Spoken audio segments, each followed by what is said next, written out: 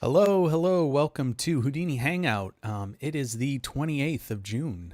Thanks for joining me this evening. Got some cool stuff I think planned for this evening. Actually, thought up some stuff a little bit ahead of time, which isn't normally what I do. Usually, I try to like to keep it a little bit more, loose and kind of let us kind of work through things as we go.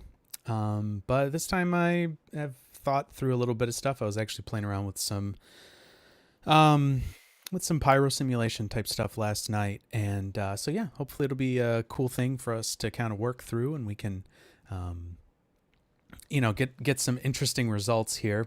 If you don't know, at the start of the stream, I guess we should talk about the fact that I started a Discord server, just if anybody wants to get on there and be able to chat, talk about, Houdini things, talk about things you'd be interested in seeing me stream about or talk about. Please check that out. So if you go to houdinihangout.com, and you can find an invite link on there for the stream. You can find an invite link for Discord. So so check that out. You can join up. I know some people have done that already, so that's pretty cool. You can also chat live there if you'd rather do that than, be watching, on your stream and having to do that or whatever. I don't know. It's another option. Just figured I'd give it a shot. So maybe it's easier, maybe it's not. I don't know. People can always, you can always let me know if you think it's totally pointless, but it's an option. And so I'm going to do it for a little while.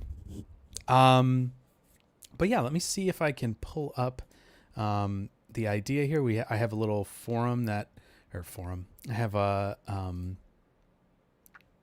way to kind of connect with everybody on Discord. So I've been asking for ideas and stuff like that. So here is what I'm going to try to do tonight. This was an idea from Theo, I believe, and it was Theo, and he gave me a bunch of different suggestions, and he's like, "Oh, this would be really cool if we could do it." So, something interesting, and it's always good to have ideas from people that are watching, just so I can make sure that I'm making content that everybody's interested in.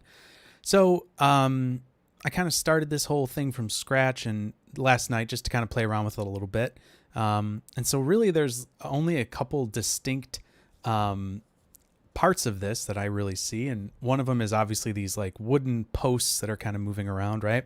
And there's some sort of background there, but it's out of focus, so it's a little hard for me to tell exactly what it is unless I had more context than this. Is obviously like a really super short GIF, and then obviously this silvery T1000 stuff that's kind of flowing through these wooden posts. And so I was kind of looking at that for a while and trying to figure out what that might be. And as far as I can tell, it seems to be a pyro simulation that they're using and meshing. I was talking to Theo actually online a little bit, and he had mentioned that they had done some flip simulations and showed a GIF of, or I think it was a YouTube link that they had shared of their process. I think it was during a Houdini event of some type.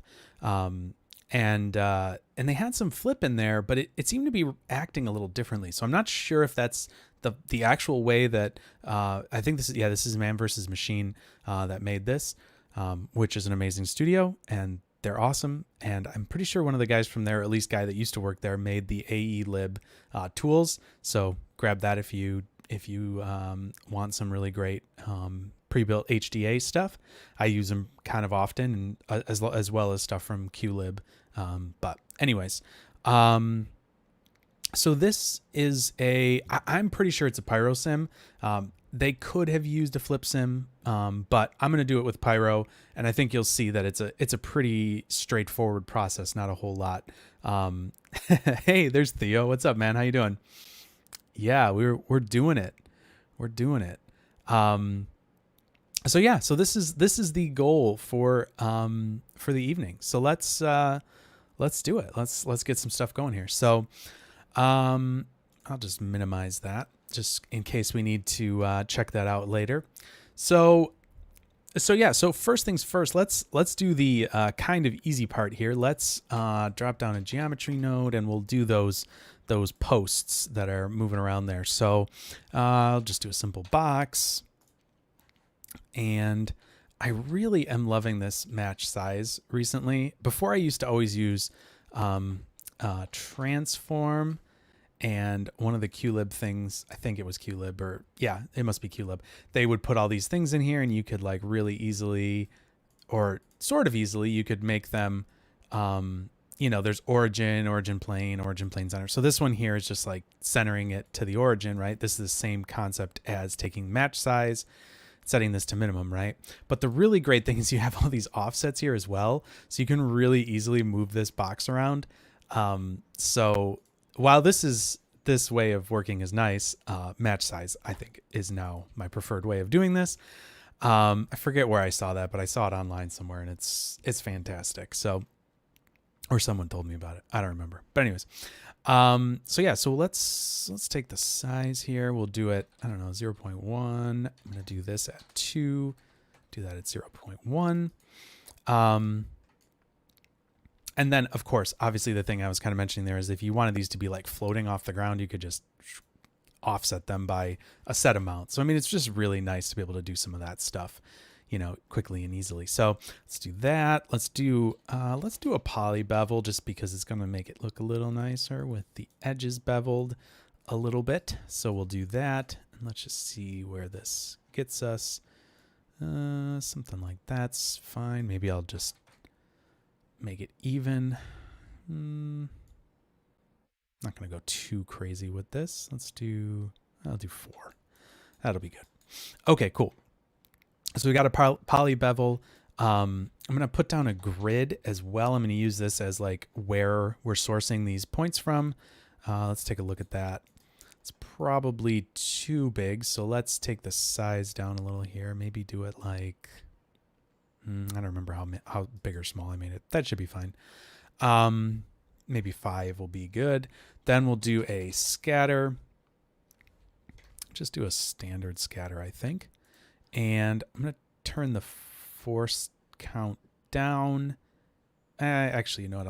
I'll set my own custom number there. I'm also going to turn off the relax iterations so it's not so like uniform. If you're not familiar with what the relax iterations are, when you press that, it's going to, I'll just turn this up a little bit so you can see it better. Relax iterations is going to go from this kind of pseudo randomy kind of thing here to a smoothed out, kind of point distribution. So that can be helpful in a lot of cases, but in this case, I don't really want it to be a smooth, even interpolation. And in this way, we could do something like this, where you're going to get a little bit more of this like random noise pattern, as opposed to something like this, where they're all nice and pushed out and they kind of go right to the edges of the grid in that scenario. So let's turn that off. Let's do a copy to points here. I'm just going to shift click on both of these and then drop them in the first one. That'll connect them all up. And we've got some posts here. So that's cool. I'm going to add some things to these points here. So let's kind of get that going. So let's just do a attribute adjust float. That is kind of the newer way of just kind of working with attributes, basically. If you do, what is it? Adjust. These are the attribute adjust, different for each different thing. There's color, dictionary, float, integer, vector, and I think color was a labs thing, and now I think it's in there as well. So anyways, those are kind of the more default way of just working with basic attributes and things like that. In fact, in this case, we can even just set, like by default, this will set our p-scale. So we can just set this right here and it's at a constant value. Now this is not what I want it to do. So let's do this, add a noise, and I want the minimum to be maybe not even 0.75. Maybe we'll do 1.25, something like that. So we get some nice randomization in there. That was weird. There was like a weird little thing that was like triangulating everything in here for some reason. That's strange. Okay, so we've got our remap here. Cool. So let's do a, okay, so we've got that. Let me just make sure I've got like normals on these here before we're copying them, just so it'll take less time. Great, we got normals. Let's then do, we could do attribute noise. Let's do the attribute noise vector. This will be a little bit cleaner. We've got the V getting set now, and V, because of the directionality of it, it'll actually set the kind of up vector here, but we don't want that. Let's change this instead to P. And what we can do then is add some noise into here and kind of noise up this. We want them to be zero centered because we want them to go back and forth. But however, I'm going to break this out into X, Y, Z here, and I'm going to set the Y to 0 because we don't want it to do any Y, translation or anything like that with P. So here you can see that this noise is getting, affected, and we're kind of moving these points around. And the reason I'm doing it before the copy to points is because I really just want to affect these points. I don't want to be having to run this over some sort of like, all the geometry in our scene. When we get down to this here, you can see there's 7,500 polygons. A whole bunch of geometry's been made at that point. So it's easier to just do it this way and do it on before we get that geometry into there. We could also pack the geometry, I guess, and have them that affect the points of the packed geometry. But I think this is a simpler way to kind of see what's going on and stuff. So anyways, all right, so I'm going to set this to, I don't know, let's just try 0.5. We don't want to go too crazy with it. So let's see here. The other thing we need to do is add some animation in. So let's animate it. And this will probably be way too kind of crazy at the start. Yep. It's like jittery to the max. So let's do the pulse duration way longer. That's probably too long. 7.5. Yeah, that's maybe nice. Let's do 6. 6 maybe will seem good. I'm just kind of guessing at values here. I'm not, I don't have any like secret. I do have my other file that I worked on open, but I don't have like a cheat sheet or anything here that I'm working off of. So I'm just kind of winging it a little bit. But, and then the element size here, we could turn it way down, and we'd see that noise is going to now work much more individually in each of these points because the noise that's getting run over it is a lot smaller. But I kind of want it to be a little bit more uniform across them all. So let's try like 2.5 maybe. Maybe even bigger. Maybe we'll do like 5.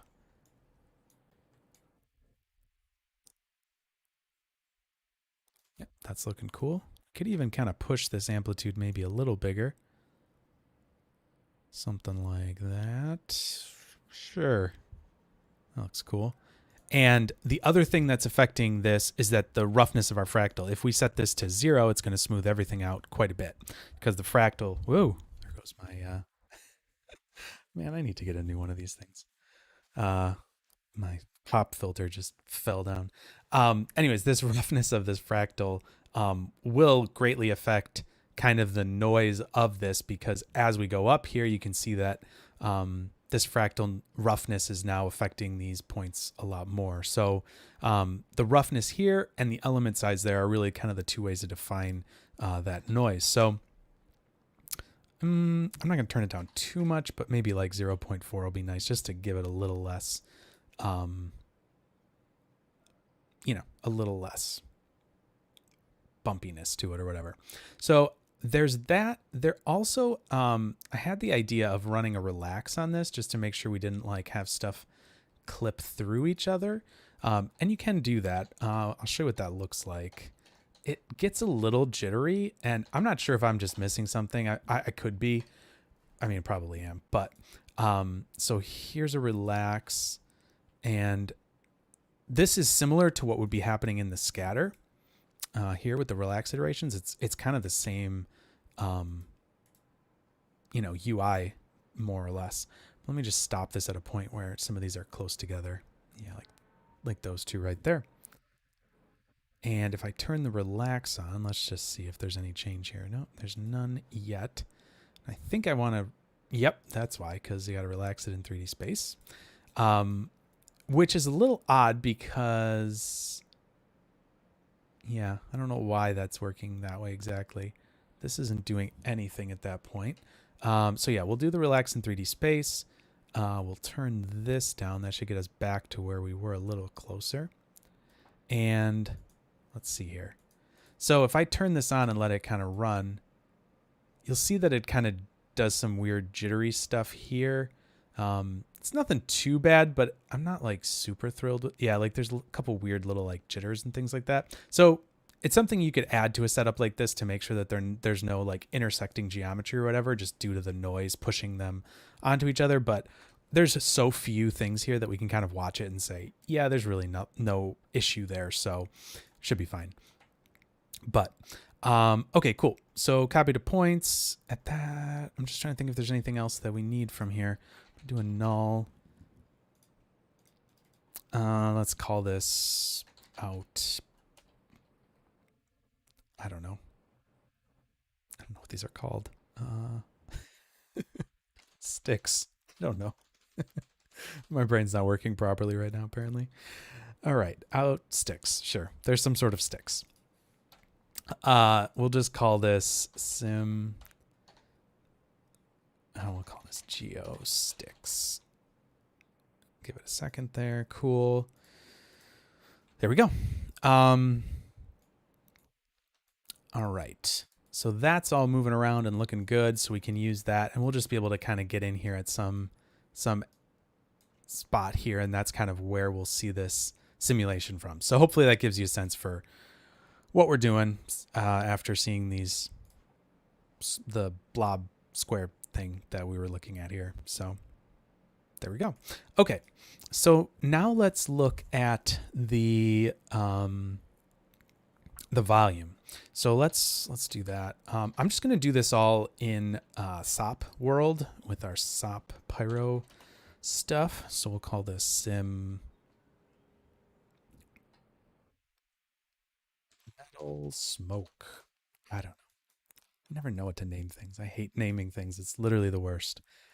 Okay, so let's jump in here. I'm going to hide this because I don't really want to see this for right now. I just want to kind of live in a world where we don't have to worry about those just yet. So let's do, I don't know, just a sphere, I guess. We'll just make a sphere. I did this with a box yesterday, but I'm kind of thinking it'll look better with a sphere actually. So, all right. Let's just move this up a little bit. Oh yeah, I actually wanted to stretch it anyways. So cool. Let's do the radius at just a little stretched that way. And let's move the center up so it's not exactly on the ground. And I'm just actually going to go with this for 1 second just to make sure I'm seeing where it is properly. Yeah, maybe 0.8 be good. Just a little off the ground, but in the middle here.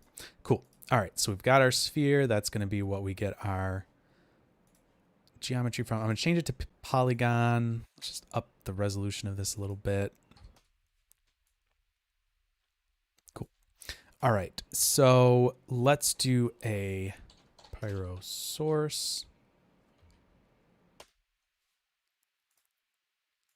And obviously this is going to turn it into points. Now these are surface points. I actually want it to fill just so that there's a lot of nice density here from the beginning. So let's do, first of all, I can just source smoke there. We can say volume scatter. That'll make sure they're all inside like that. Cool. All right, so let's say something like that, a little tighter point count. And that should be good, I think. Let me just think. All right, cool. So we've got that. Our density, let's just up the density actually a little bit higher. Let's do it to 5 just to make sure we've got a nice dense simulation coming out. And cool. Let's do, I'm going to add some velocity to these in a second, but I'm actually thinking let's play around with this before we add velocity to it, because Might be able to actually get something kind of neat without it. So let's just do an attribute rasterize or volume rasterize attribute. Always forget the order of which that's set in. And so really here we just have to pick the attributes that we want to rasterize. So we're going to do density and temperature. Great. And then the voxel scale, I think we want to set that to the particle separation, I want to say.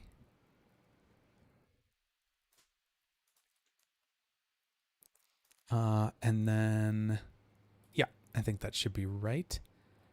Looks good to me. And just normalize it by the density. Oh, and the other thing I want to do is make sure, no, that's going to source it inside.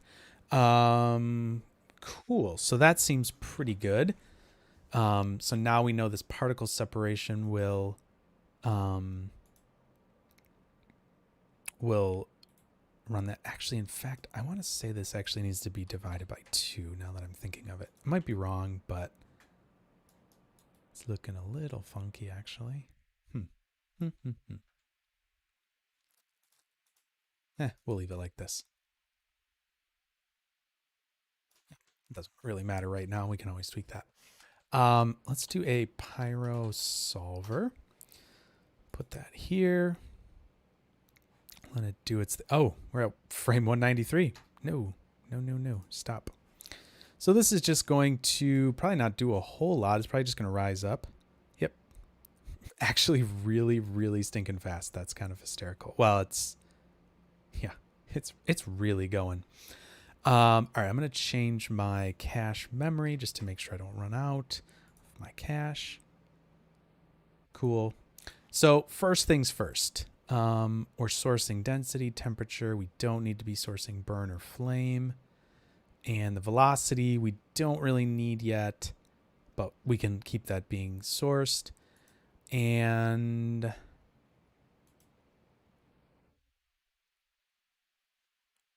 turn on the advection reflection.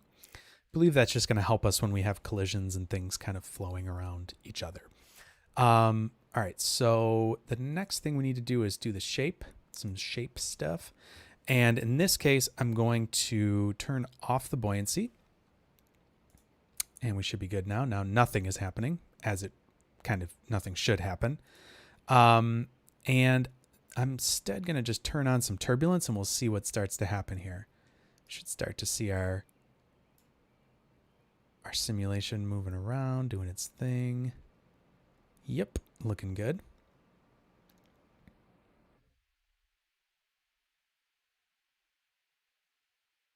Cool. So that's looking good. We're going to go in and tweak some of those settings, but we have turbulence. That's great. The other thing I want to do is we don't want it to be going through the ground, right? We know it's kind of close to the ground as it is. In fact, it should probably come up just a little bit because now that I'm seeing this, it's very close to the ground. So let's go in here. Let's go to bound and we will do boundary condition, treat Y as closed below. And what I've seen people do, which I think is really smart. Oh, in fact, I'm going to also copy this parameter, paste that into here so that we're getting that same parameter. What I'm going to do is take the bound and treat it as paste relative. Oops, not there. I'm going to do paste relative references as well here. And what I'm going to do is do negative the voxel size. So basically as one voxel that it can go below the ground so that there's not like, it's not stopping when it hits the ground, but it has like just a little bit to be able to kind of fully interact with the ground. We'll have to be mindful of that when we have our geometry in there, and it's like, so we want to lower probably our geometry. Actually, that's going to be colliding with it a little. But for now we're good. So let's hit play on this and we'll just kind of watch this. And we should see that the ground, in fact, is not letting any pyro through, which is great. We've got some smoky, swirly stuff going on here, which is cool. But we're getting a lot of dissipation, so we need to turn that down. So let's do that under fields. We're going to turn the dissipation off there. And I'm also just going to calculate speed, just because we probably will, well, we might need that using some dissipation and stuff like that in a little bit. So when you turn this on, it doesn't have anything inside of it. It just literally is calculating a speed field for you. So now if we look at this, it's going to be real dense and not really changing at all, which is cool. And that's really what we want it to do. We want it to do something like that. It's probably a little too active right now, but we can, it's kind of swirling around a little too much, and we don't really want that. So, but we do want it to like expand like this. So it's starting to make this kind of thing that we want, but it's just a little bit too crazy and active. But it's starting to get some of these like kind of telltale shapes of what we saw in the other simulations. So hopefully this is starting to get us a little closer to what we eventually want here. So let's go back to shape. Let's look at some of these turbulence options. One of the really cool new things is with this Pyro solver being in SOPs, we can see some of our guides really easily. So like we can turn on turbulence, and now it will actually restart, which kind of stinks a little bit. I wish that it wouldn't reset the sim. And it's a little funny that this jumps around so much. So I think it's just trying to offset it from the edge of the bounds, but whatever. It's not something I'm going to overly complain about because I think it's really nice that this is like so easily accessible now. So, let's see here.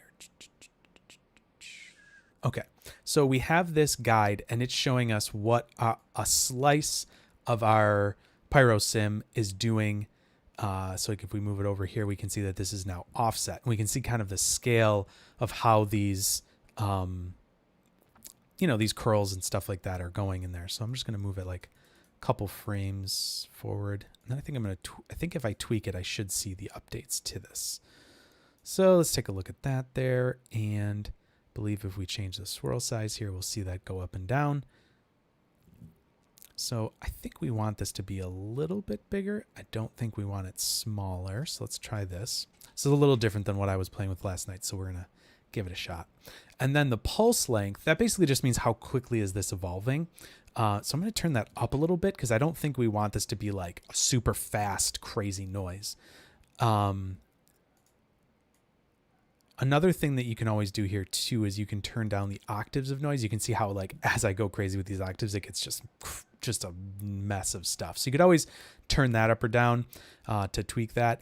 And then this turbulence here is actually just amplitude. Not sure why this isn't named after amplitude in this parameter, but whatever. So if we need to, we can always turn this down a little bit too. So maybe this is like 0.08. I don't know. So let's try this now and see what we get here. So this should be a much slower evolving.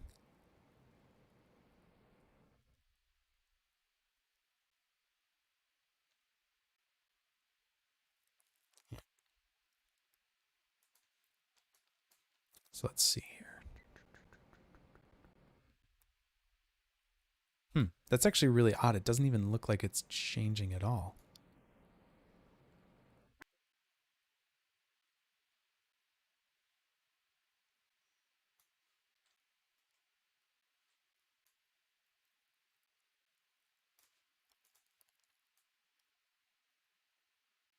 Huh.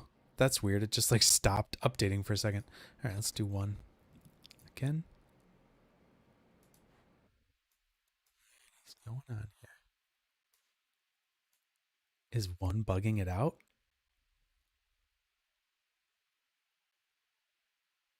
Huh.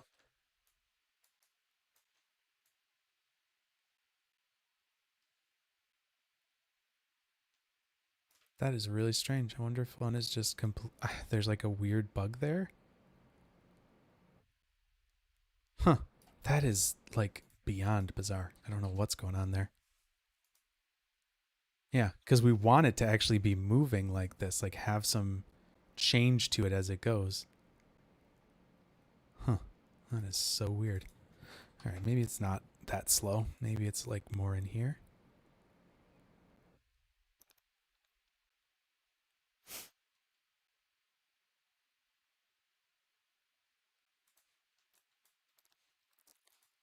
Cool. So let's just look at what that's doing.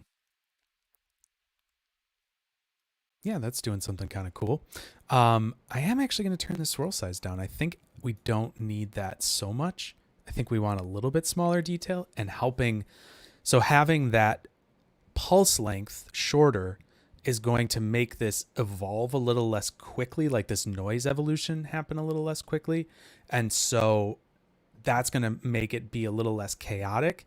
So then having the swirl size bigger was actually just making it kind of these big poofy things, which I wanted a little more detailed. So let's just kind of see what this looks like. I'm actually just going to turn that guide off. No guide. Now that does actually slow down your playback as well if you have that guide in there. I forgot about that one fact. So because it has to do with that calculation. So usually anytime you have guides in your scene, there is some sort of performance hit. I don't think it's usually very much, but in this case it's fairly significant. It's not huge, but it's something. All right, so let's see how this is looking versus those things. And yep, they're way too tiny.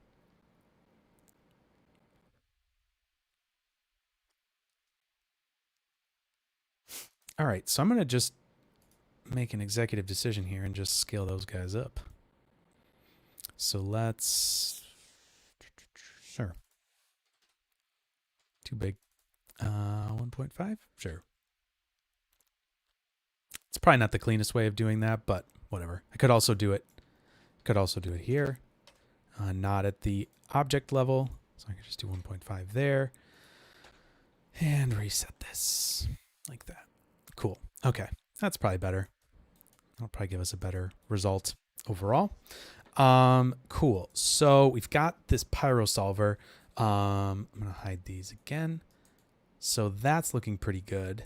And the other thing that we could add into our simulation here is a little bit of divergence.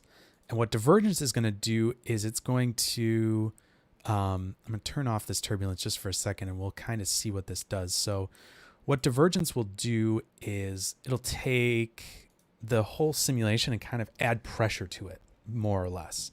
And so it's going to try to push everything outwards. So I'm going to go into the sourcing and I'm going to add another source. And for this one, I want the source volume to be density because it's just going to come from that. And we'll do divergence. That should be like that. I have a feeling this is going to get crazy. So let's just see. Yep, way too much. So if you just add it in, it kind of gets a little, oh, right. It's also at 5. It's at 5 divergence. So if we want to do like 0.01, let's see how that looks.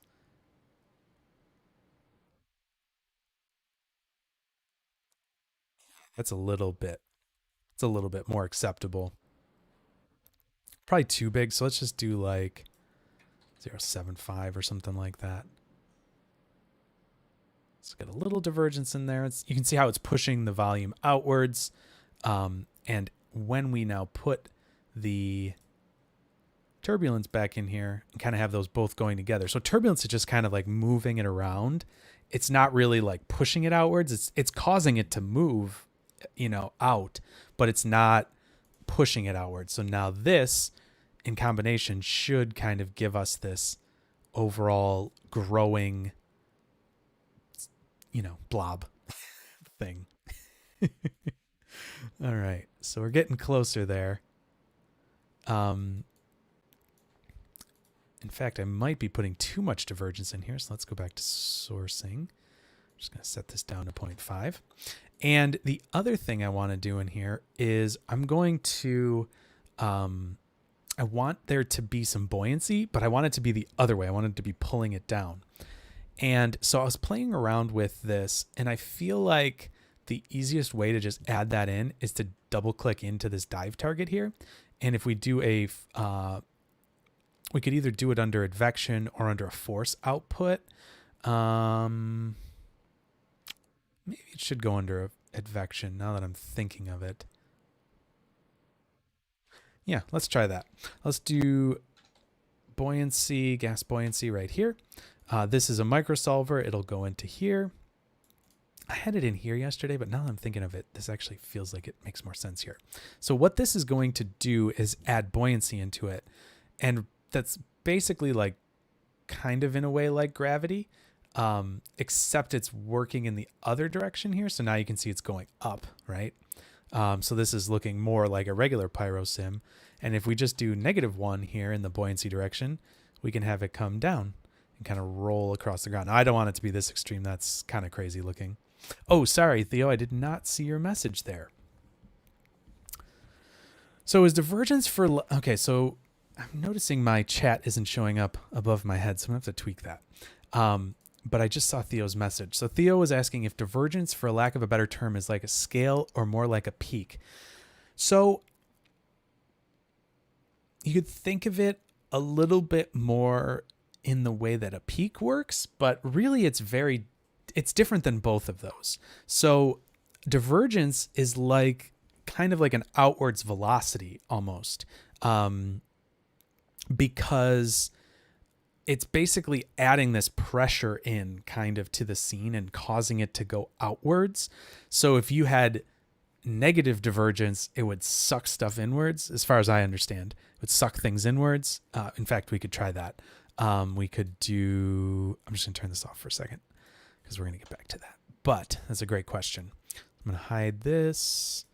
And I'm pretty sure if we do sourcing... In fact, I'm just going to hit save just in case this breaks the world. If we do negative, I'm going to set this up a little higher. See if negative divergence sucks everything back in. Yep. I mean, in this case, it's sucking it right into itself, basically. So it's not going anywhere. But yeah, it acts like a suction or like a pressure type of a force. And so it's in some ways it's more like a peak. It's not scaling anything. It's adding this kind of outwards velocity to the whole simulation. So that's I guess the best way maybe to think about it is like a outward velocity. It adds outward velocity at any voxel that has divergence in it. So then the net of all of those having divergence is it's pushing it outwards. If you had like a noisy divergence field, there'd be parts where it'd be pushing out and parts where it wouldn't be. So then you'd get kind of this other look to it. But we're doing this kind of just as a solid thing. So, all right. So we've got this gas buoyancy here. This buoyancy direction is literally just a normalized direction. So it's saying down. So if we wanted to adjust anything, we would just do the buoyancy lift here. So I'm going to do, let's do this at like 2.5, maybe a quarter of it. And then we'll get some rolling, but not too much of this kind of ground wave that's happening here. I just basically don't want this to go up too high. I want it to be more out than up. So this this buoyancy is going to be pulling us down. Normally we have this so that when we have fire or flame, it goes up. That's the buoyancy normally. But in this case, we're having it go down, basically. So, oh, that's weird. Just had my camera like totally glitch out. Huh. Probably because my computer's doing all this calculation. But yeah, so you can see how this is now sitting a lot lower in the scene rather than coming upwards. And I froze. Look at that. Huh.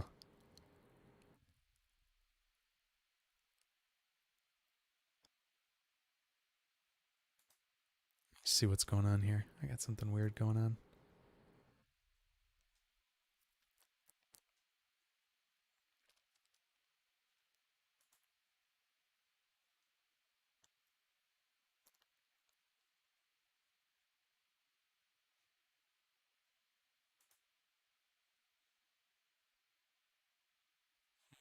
Mm-hmm. Let me... Hopefully everybody can hear me. I'm seeing my levels, so I'm hoping that's still true. My face is frozen. Weird. That is super strange. Grab this.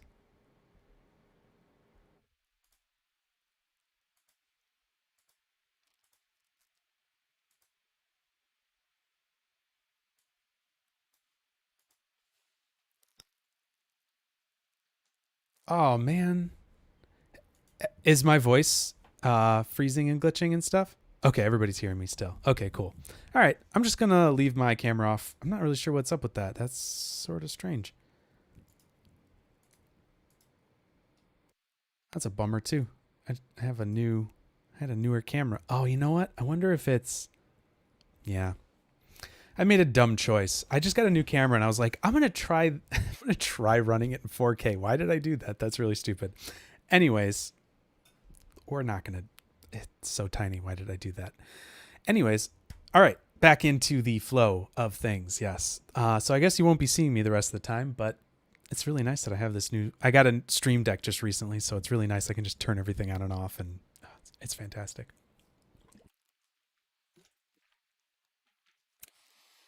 Anyways, all right.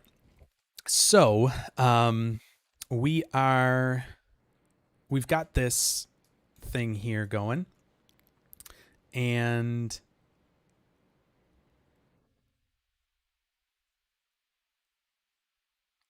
yeah, it'll take me a second to get everything up and running, so I'm just gonna leave it off for right now. But thanks for 8K HD. Yeah, I wanted everybody to really smell like they were here with me. So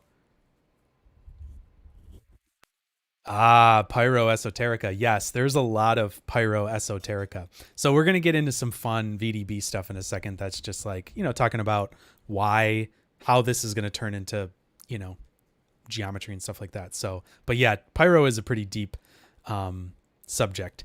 So yeah, we should be getting into more interesting things here. But anyway, so we've got this gas buoyancy force here. And so this is keeping everything down and kind of, hovering down towards the ground in this case, and keeping it kind of all billowing and stuff like that. So so the more obviously we turn this buoyancy lift up, the more it's going to keep everything down, because we're obviously, it's like adding in a gravity, but it's kind of like a specific pyro based gravity. So it's not like just this like blanket force that's like pulling it down. So anyways, so you can see here that it's working in the velocity field. It's working on the temperature. It's using the temperature field to see what should be coming down and stuff like that. So it actually won't pull everything down. So if it cools off and things like that, it won't pull it down, or in traditional pyro case, it won't push it up. So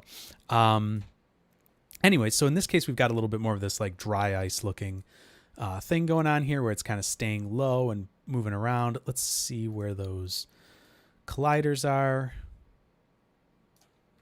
Yeah, it's not bad.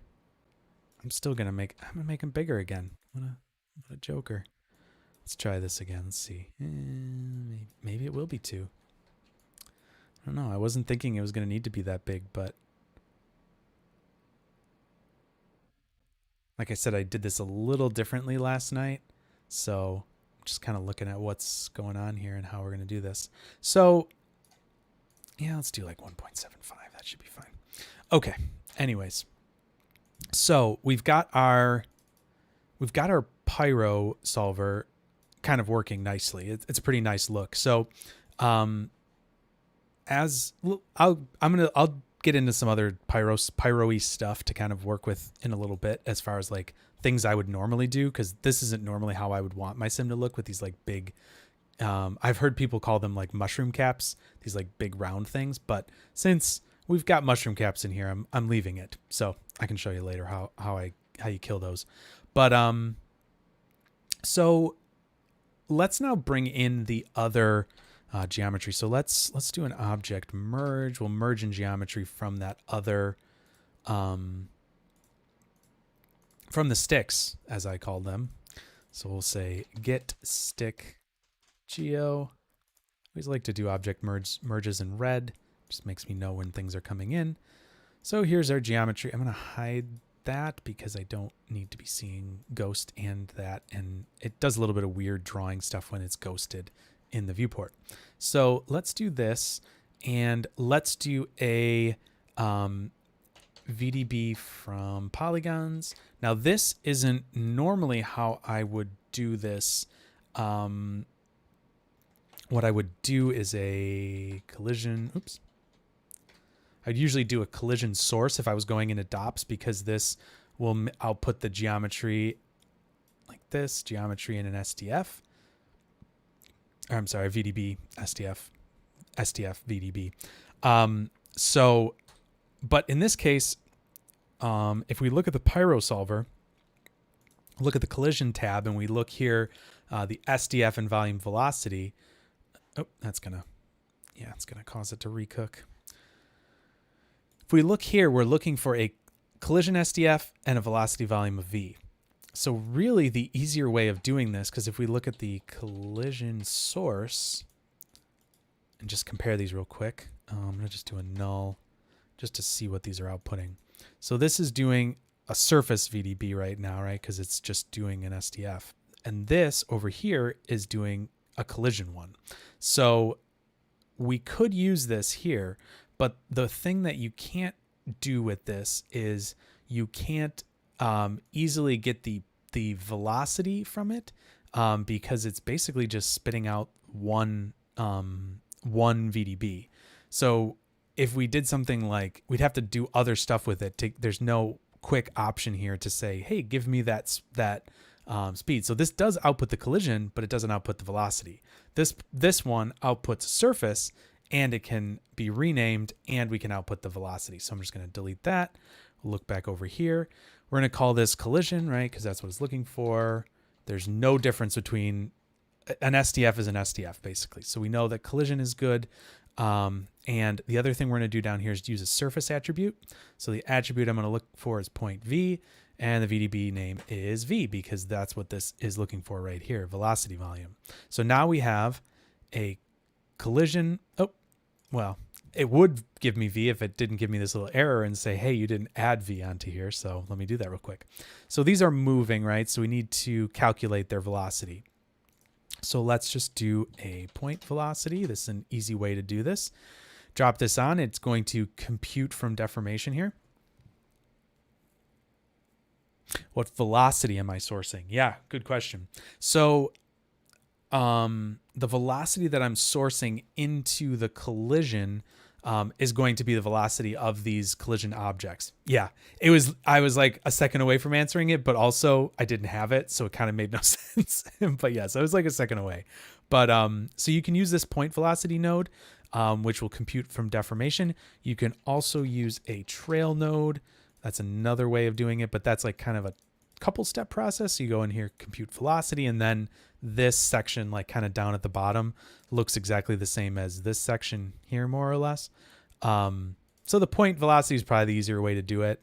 And if we turn on our little points, you can see here we've got our little velocities coming in, and as these move around, you can see those little green lines are kind of showing the velocity direction and all that kind of stuff. So they're kind of tiny, but anyways, you get the idea. So VDB from Polygons is now doing both. We have a collision, we have a velocity, and they're, this does everything in one. So I think this is probably the easier way to do this. And we can also change the voxel size here. I mean, you can do this in the other one too. I'm just going to make this till it's like a nice looking kind of representation, one that's pretty tight to the geometry. I don't want it to be too, I don't want it to be overly detailed. Like, it doesn't need to be like crazy. Like, this is probably way too detailed. I mean, yeah, I've got 14 million. We don't need that. But I mean, this is just a great example too of be careful with voxel size, because if you are playing around with it and you're like 0.5 and you're like, let's add another 0. Well, that's not a good idea. Don't do that. Just a good example of how quickly you can add voxels in here. So this is probably plenty. And I could do the fill interior just to make sure that the interior of these are getting filled. The other thing I could do as well is, well, we'll do this in a second. Let's throw this in here as a collision. And now I'm like 108 in here. So let's go back. Thank you. All right. So now let's hit play, and we should see that this is going to start colliding with those sources. Sure enough, you can see right there that it is colliding with them. It's starting to kind of collision VDB cook once or per substep. Yeah, so the collision VDB is going to cook per substep. So you need to obviously be careful with that. Make sure that you're not doing anything too crazy. You can see here that, yeah, so it really depends. So it's going to cook every frame, if I'm thinking of this correctly. I don't know the absolute definitive answer to that, but I'm pretty sure that this VDB from Polygons node is going to cook every frame.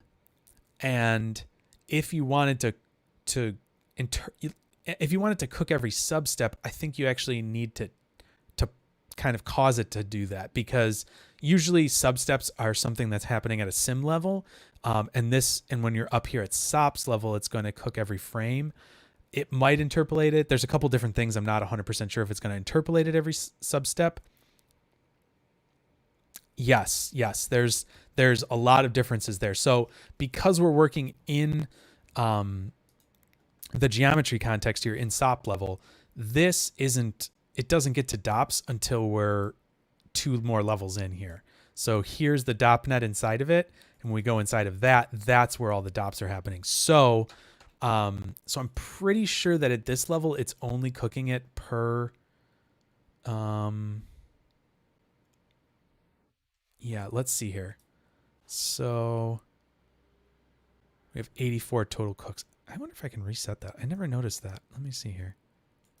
It's interesting. I didn't think I ever noticed that there was a number of cooks. So let's just see here how many times this cooks. Yep, it's every frame. So it looks like it's cooking every frame. So as I just tab through here and then refresh this, it's now cooked 91 times. So if it was in DOPS level or something like that, then yeah, there could be more stuff that it's pulling subframe data. There's a lot of variables there that I'm not 100% sure how they're dealt with. But like when you're sourcing things, it can get a little tricky, because if you want to source on a substep level, you need to have things at SOP level interpolating between them. And there's a few nodes like that they've built now that do that. I think actually the retiming whole thing works with volumes now and things like that. It didn't used to work so well with that. But anyways, yeah, that's a great question. And that's another reason you don't want this to be too heavy, because it does have to cook every frame. But you can see here it's only cooking 82 milliseconds. So I mean, we're not taking too big of a hit there. But anyways, all right, let's take a look at this here and make sure that we're getting this looking the way we want. I'm going to do show all objects just so we can see those guys in there and just kind of take a look at what this is looking like. And there you can see we're getting kind of some of that as it hits this post. It kind of goes bloop and like wraps around it. So that's kind of interesting. Another thing that we could do with this simulation is add a little bit of viscosity in, and that'll kind of keep it more kind of uniform looking and more like give it more thickness. So that's something you can play with as well with these types of simulations. You can see here how this is definitely pushing against that. Oh, I wanted to actually pull these down anyways, but let's just look at this here, because it's actually going under these just slightly, because there's one voxel underneath there that it has open. But yeah, you can see how this is making those kind of splits as they go around. I'm just going to transform these down just a little bit before we get to this stage. So let's just do it by, oh gosh, I don't know.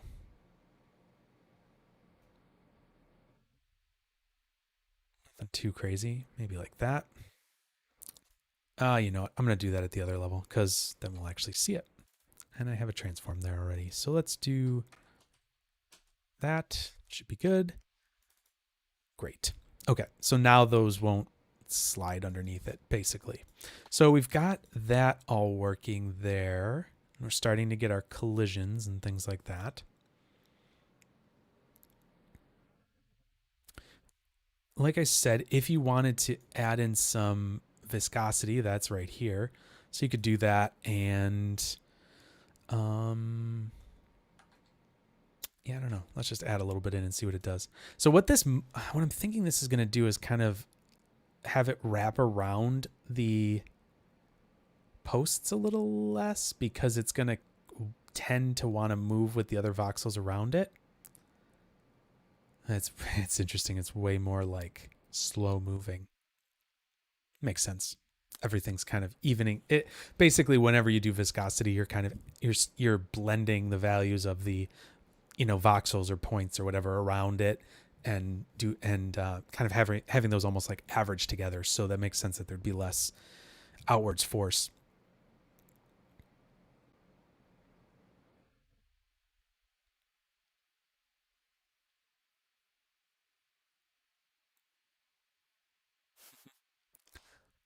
And it actually might get dragged by those a little bit more. Anyways, so we could always, I mean, there's a million different parameters you can come in here and tweak and do all that kind of stuff with. So, um, yeah, so that is the collisions kind of sorted.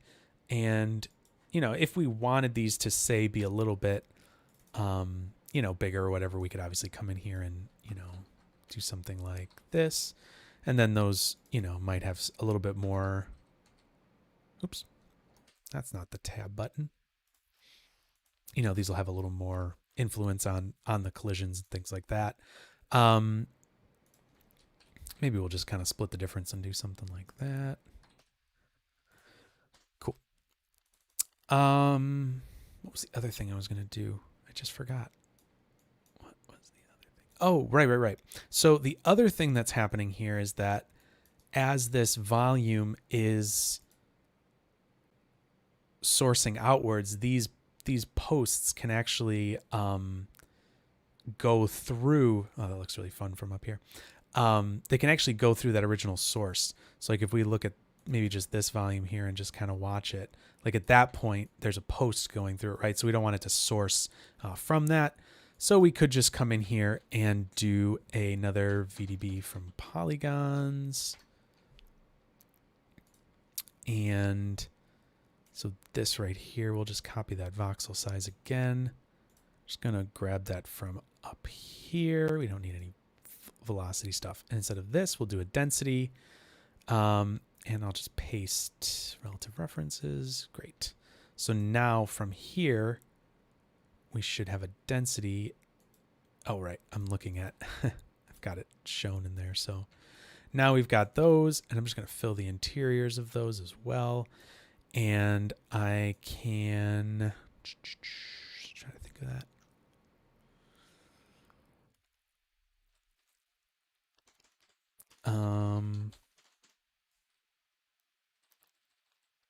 I think this is what I want. Yep. So what I can do is use this to adjust fog, and I can do, I should be able to add to this. Let's see here. Yep, for sure. So now I can set this up to be, I'm adding a constant, and I will add, I guess, 4 to it. So it's density of 5. I could also just multiply it to 5. That'll make more sense. Let's do that, because now I know that's the same. So now these are getting calculated as they move around, and I can then just do a VDB combine and just make sure that we're not sourcing any time that we have those two things running against each other. So I'm going to do density, and let's look at that frame where that goes across. Let's see here. Oops. Yep, right there. Perfect. So we shouldn't see it when we do this. So let's make sure we're doing that properly. So we're combining. Instead, what we want to do is subtract.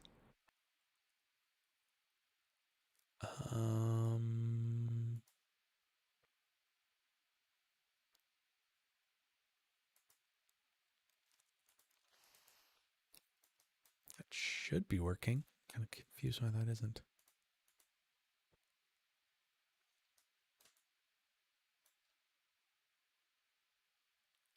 Huh.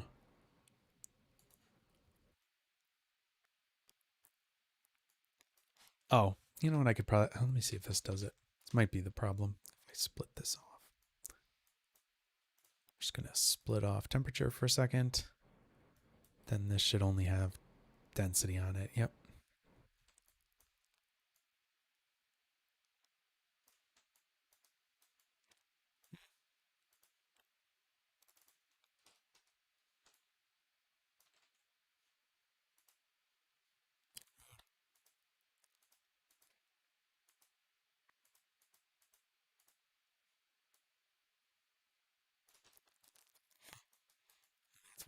see those. It's combining those together.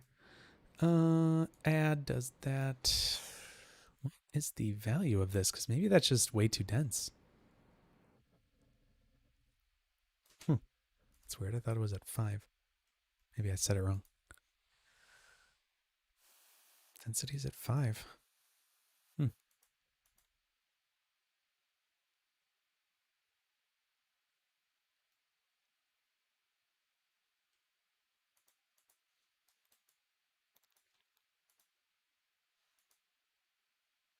Yeah, I'm not sure what's going on there.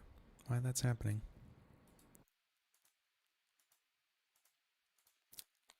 Well, it's like sort of doing something, so we'll say it's working. I don't know why it's not. I thought it worked last night, but whatever. So I don't need this. It was doing the exact same thing. Oh, let me try one more thing actually. Is this the problem? Should I not have done that? Oh well, minor thing to worry about, so let's not even deal with that. We're not going to even see it. So let's just say forget it. Cool. No reason to add extra computation in, but that is something you should be able to do. I'm not sure why it wasn't working in that instance, but might be just because I'm doing some strange stuff. I don't know. Anyways, cool. So we've got that all working, and obviously we can come in here and tweak settings forever, but yeah, just checking something real quick here. But let's look at what's coming out of this now. So we've got, if we go over to the export here, we can see that we have, what's coming out of here. We've got density, temperature, flame, XYZ, all that stuff. So normally what you would want to do is in a lot of cases, you'd want to convert this to a VDB. And that's going to combine like your velocity into one. So now instead of having multiple velocity fields, we have one vector VDB. And so those are all combined. You could also do this and use 16-bit float. What that's going to do is change the precision of your VDBs, and it'll allow you to make them a little smaller. If you don't need the 32-bit precision, you could do a 16-bit float. It just depends on if that's will work for you or not. I'm going to convert it to VDB. You can also do some stuff here where you like resample your velocity down, and this will actually change the resolution of your velocity and multiply it by 2. And in a lot of cases, you don't need your velocity attribute to be quite so high. So, that can be helpful if you don't need a really high resolution velocity field. Also, you can see here too that our volume size has actually gone down. Like the actual physical bounding box has gone down when we convert it to a VDB. The reason for that is because it has some pruning, I believe that it does, when it gets to these fields that aren't being filled. And so it can actually more efficiently store all these voxels because it's not storing empty values and things like that. So that can be really helpful. Cool. So we've got all of this stuff here. So let's let's blast out just the density at this point. I mean, can't kill that before, but we'll just do it in this case. So we'll delete non-selected. So now we just have the density coming out here. Cool. And let's do a VDB convert. And what we should be able to do here is change it from a VDB, from a fog to an SDF. And now you can see we have an Sdf representation of this fog. And for the ISO value, you can actually set this to be, whatever value you want to be like kind of the zero crossing, I guess. So with an SDF, the way that it works, wow, that's really strange that it's so high. We at 500, is that the problem? Maybe that's the problem. Yeah, it really seems like we're at 500. That's wacko. Anyways, maybe I scaled something wrong here at some point. Maybe it should be 5 here. I don't know. Let's see.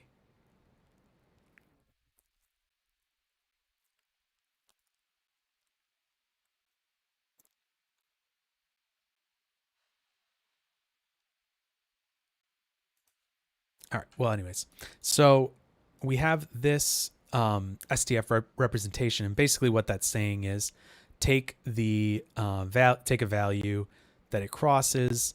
When it crosses a certain value of distance to, or the value of that fog or whatever, have the ISO value, make the surface right there. So in this case, it should be fine. I mean, we could do it at like 50 or something, and that's probably fine. Oh, right, because it's a fog, it's going off of the density of it. It's a little different. So I'm thinking of it in a little different terms than normally an SDF is built that way. The surface to the distance to a surface, and that's what it stores in the SDF. But in this case, you're converting from a fog to an SDF, and I'm not 100% sure actually what this is. Converting to level sets from fog volumes. Yeah, crossing point of the VDV values that consider the surface. Yeah, that's interesting. So it's a little bit different when you think of it that way, because you're looking at density volume or density values. So that's a little bit unique in that sense. But so yeah, basically it's how much do you want it to be kind of reduced. So if we do it to like 100, it's going to shrink it down, a bit. If we do it to 50, it's going to kind of, whatever. There's all ranges in there, so you can kind of find a value of your pyro that will work for that. And then from there, you can do a lot of the standard stuff that you would do, for example, like in a particle fluid surface. If you look at these have dilating, smoothing, eroding, and then the final smoothing here. And that is very much, those are all, basically just our VDB processes that are happening inside of here. I'm sure if we look in here, there's probably a spot where it goes into all those VDBs and works with them. Like here's subtracting collisions, filtering here. These are all going to be VDB things that are happening, smoothing, all this stuff. So this is going to be kind of similar to what we're going to do. So what I'm first going to do, you can do an SDF. We can just type that in, and then we can grab reshape SDF. So there's a few different things we can do here. We can dilate it, which is just going to obviously grow it. So if you grow it, smooth it, and then shrink it, that's kind of the like the fluid meshing steps basically that you do in there. So you can kind of use that same technique here to get a nice result. Obviously don't have to do that. You could just do something like a smooth. Typing is hard apparently. Do a smooth SDF, and then you've got all your smoothing functions in here that you could do. It's kind of a little on the large side, but you could do something like that. So the way that this would work is you do this would be dilate, then it would be smooth, and then you would take this down here and do this as an erode. But typing it doesn't do it. I have to go in and actually do it. So then if we do an erode like this, so that basically would grow it, smooth it, shrink it. So if we did like these, and then what's that?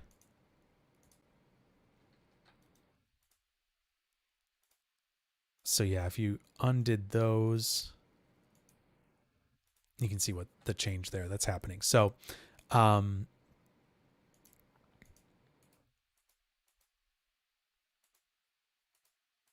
yeah, it just helps everything kind of smooth and kind of do its thing a little bit better. But so you can kind of choose whether or not you want that in your whole system.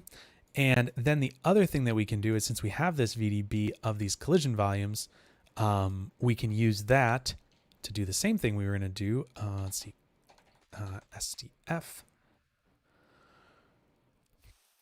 Do an SDF subtract. And this is basically just a VDB combine that is set to SDF difference. Wait a second, is that my problem from before? No. Still on that.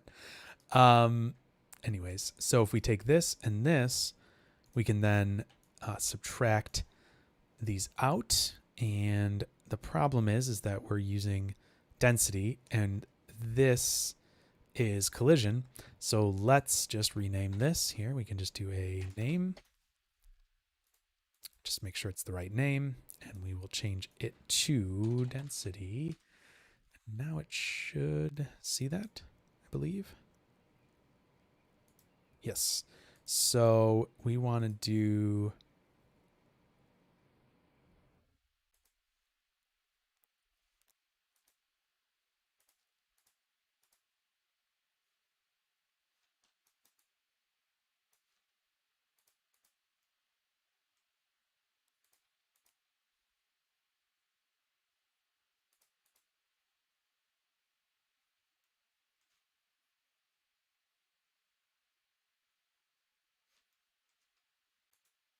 Oh, right. It has two densities.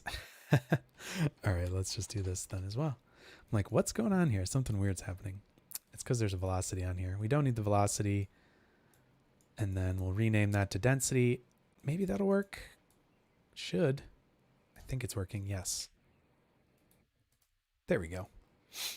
So now it's making sure that those aren't colliding, or they're not going through those. Wait, what's going on there?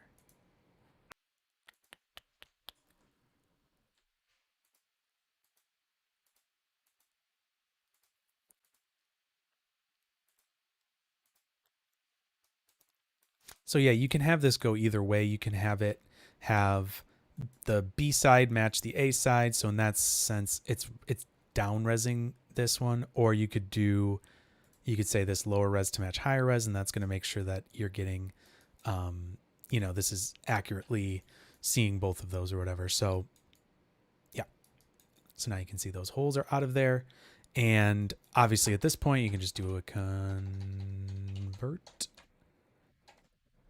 VDB, throw this here, and we can just do polygons, and that will do. We'll do that.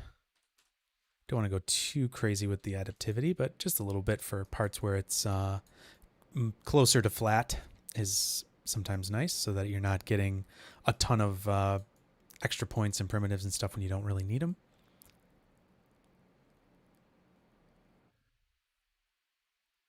So there we go. That's working.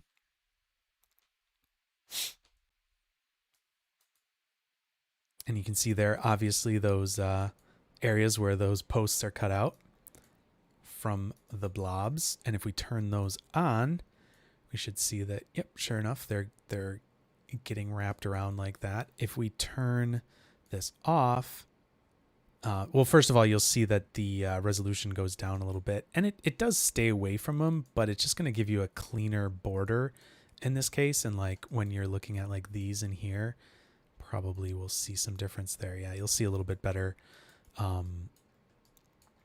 border there. The other thing you could always do too is set these, for example, you could do Sdf reshape. You could always, dilate those by 1 or something and just give it a little bit more distance there.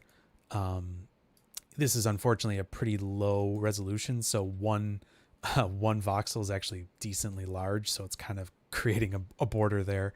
You could also do it in world space units. That's really not going to like that because it now thinks that's 1 meter. So if we do something really tiny, we could just have it push out a little bit. You can see here that this is actually going to be a world unit that it's doing it in now. So we can kind of shrink that down if we wanted to. I don't know. And so that's like growing it a little bit and pushing out, that border there. So you can see right there that you're getting a little bit of that like nicer, kind of edge detail coming through. So that's just like a little extra thing that you could do there for, controlling some of how the collisions are done there. And that's something that also exists in the fluid surfacing process as well, where you bring those in, and it allows you to, it allows you to have the surfaces be kind of subtracted from, or the collision surfaces subtracted from your fluid, just so it's not, clipping through it and stuff like that. So let's see here. Let's let this go a little bit further. Maybe we'll just have this go to 120 and that'll be probably a little bit better.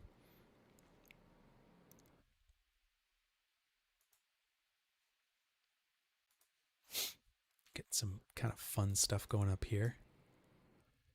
It's interesting looking. Let's go. How is that even happening? How did that? Oh, maybe that's because of how I have the.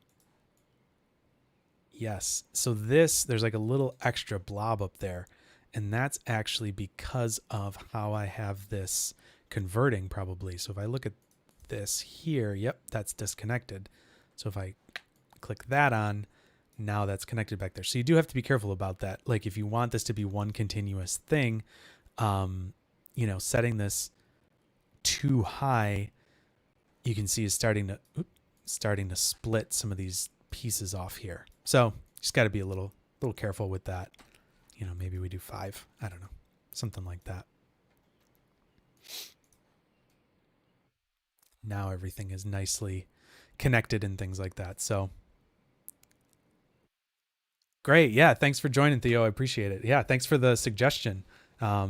Just to let everybody else know that if you have suggestions for topics that we should cover, or should look through, always drop them in the Discord. I'm going to be pretty active there. So you could always send me a message on Twitter as well. I'm active on Twitter as well. But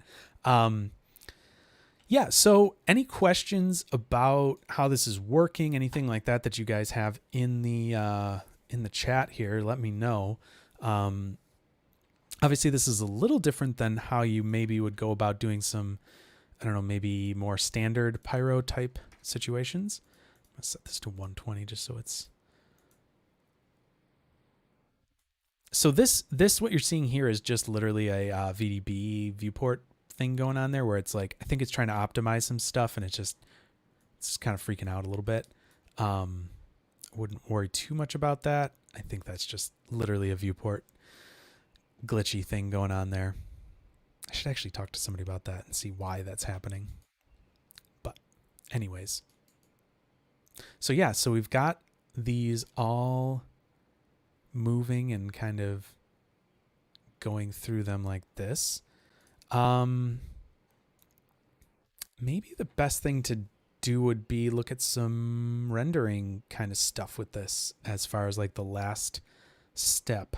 I'm thinking maybe Karma to do that, just to see how that works. I'm going to just do null and I'll say out. Brave for Karma? Maybe. Yeah, actually most of what I've been doing recently has been USD and Solaris based. So I'm pretty comfortable being in Solaris at this point. So hopefully it won't freak my computer out. That's more of my thing that I'm worried about, or like won't freak out the recording of this. But yeah, anyways. All right. So I'll just make a couple nodes here that have like render stuff.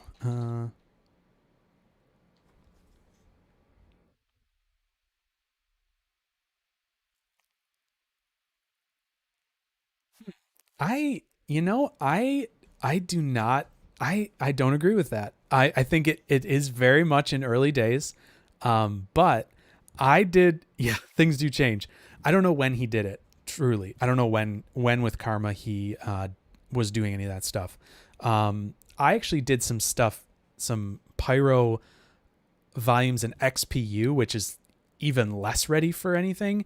And the speeds of that were incredible. Like it was lightning fast. And I think as XPU gets better and better, as it gets feature parity with Karma, those things should be less and less of an issue. But you definitely can.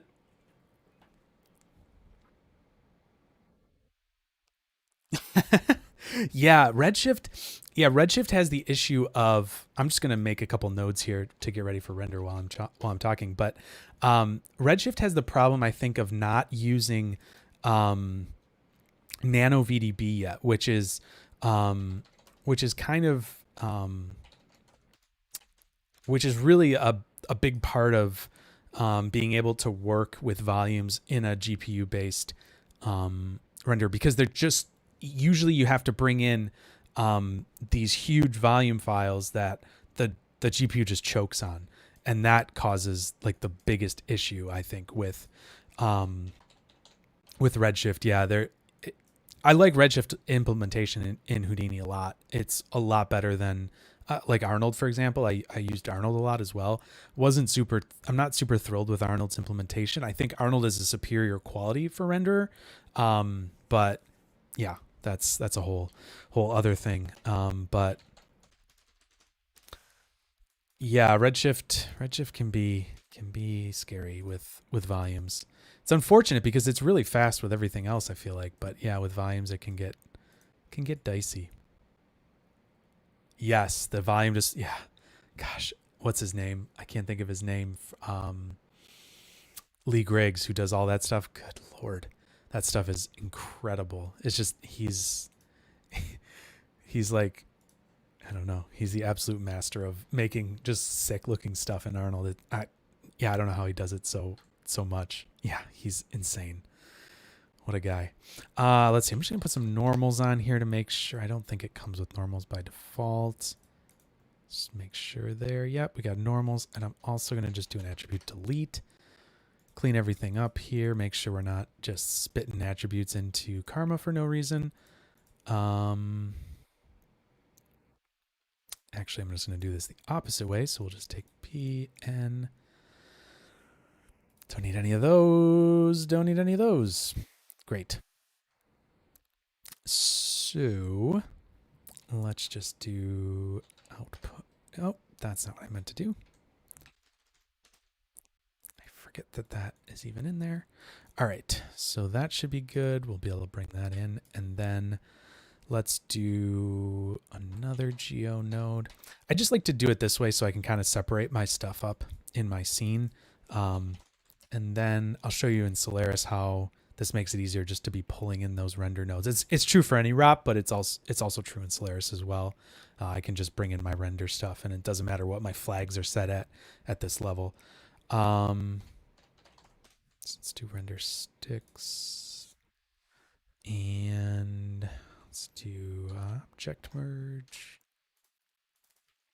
Get sick. Get sticks. Right. There we go. And what do we have on this? Oh, yeah, I already put normals on that. I don't think I need anything else. Do an output again just to make sure if I have my display flag set in here, it will definitely be pulling that output. All right, I'm going to do, I like working this way. It's probably not the best way of doing it, but I like this because I don't have to go up here and click on stage because there's not an easy way to get between these. So in this case, I just make my Solaris setup right here. All right, so we'll dive into that. Oh, as a side note, please let me know if my microphone gets funky. I've had it happen one time where my microphone got weird when I was rendering. So if that happens, let me know. I'm curious to find out if that will happen or not here.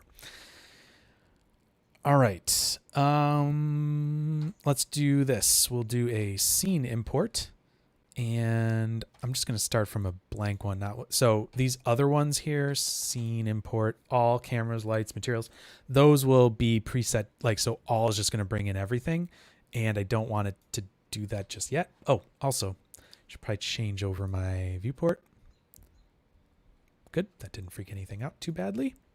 Oh, the only problem is it goes right to stage, which I don't want it to do. All right, great. So we've got scene import. I am going to tell it to only bring in the render stuff. So I'm just going to do star render star. Okay, cool. Those come in nicely. Thank you very much. Cool. Yep, we got playback going. Great. So I'm just going to do some Solaris-y things here. So, well, USD things. I'm going to first put the destination path to geo, just so that this groups these two things into a little bit cleaner, cleaner state or whatever here. So let's call this, oh gosh, let's just say get, hello? That was weird. Get geo. Cool. I don't think we need to worry too much about that. Got render metal smoke, render sticks. If you want to change the name of these meshes, you can add a name attribute. So like up here, if you wanted these to have a name. Yes. Sphere, you were just asking about what volume displacement is. Yeah, it is really similar to regular displacement, but for volumes. Yeah, exactly. So let me just do Arnold volume displacement. I'll just grab a link to it and just shoot it over to you. Yeah, this'll be quick enough.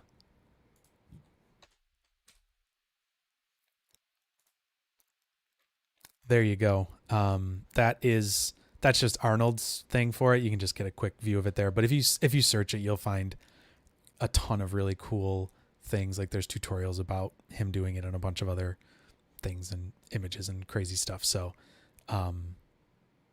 yeah, some of the really cool ones look like this. pretty sick looking stuff.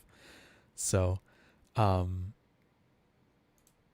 yeah, it's pretty cool. I like it a lot. It's a really neat look for everything. So yeah, so that's what volume. So yeah, it uses a I'm trying to think. I think it uses like a vector volume field to push everything around. I think that's how that works. I haven't really played around with that too much, but I've seen his stuff all the time and it's fantastic. Anyways, if we want to change the name of these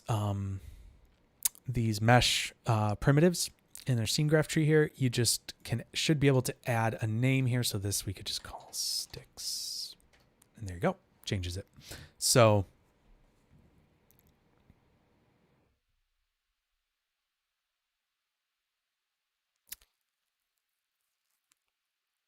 yep, yeah, that's all. Yeah, Jack, you're dead on with that stuff. Yeah, it's a great way to add detail, play around with artistic stuff. There's a whole bunch of cool things you can do with it. Anyways, yeah, so for people that aren't super familiar with Solaris, this over here is the scene graph tree, and this is just where stuff is coming into for coming in from SOP level and getting converted into basically USD data. And it's doing all that under the hood. You don't have to worry about this too often, but I just like to know what's happening here. There's layers being made and all sorts of different things. You can see details here. So like if I look at this, like these sticks, for example, you can see all the different normals on it and things like that. There's not really any extra attributes on here, but those would be primvars. That's what they're called in USD. So if there were any primvars, it would add it on here, but there aren't any special ones. So we're just normal looking with these. But yeah, this is kind of a little different way of working. But anyways, so we got our geometry in here. Those are loaded in. Let's grab, I don't know, a camera, I guess, throw that in. So this works really linearly. I feel like I find it to work the best when you do it really linearly. There's no real reason to like overcomplicate things and like make things, have a bunch of different paths and things like that, like different branches or whatever. It's kind of just best to work linearly here. So let's just put this in here. The one really cool thing is you can actually visualize your focus plane. So you can hit Shift F, and then when I control click, it'll set a focus distance in here. Let me do that again, and then do Shift left click. There we go. So now you can see this focus distance is getting set in here. That'll obviously come up a little later when we're actually rendering, but you could set your focus this way pretty easily and you can see it visualized. And then you do Shift F again and it toggles it. So that you can see it just lightly that way, a little heavier, or Shift, so you can toggle through that way. Let's do some lights, I guess. Oh, we should do materials, actually. That would make more sense. So let's do a material library. This is a little different from how things work in here, so or how normally you do things. So we got our material library, but this should look pretty standard. So I'm just going to do principled shaders because we're not doing anything fancy here. I'm just going to literally use a default thing. Let's just do, I don't know, titanium, I guess. Great. I'm just going to use some very basic things because I'm not going to spend too much time with this.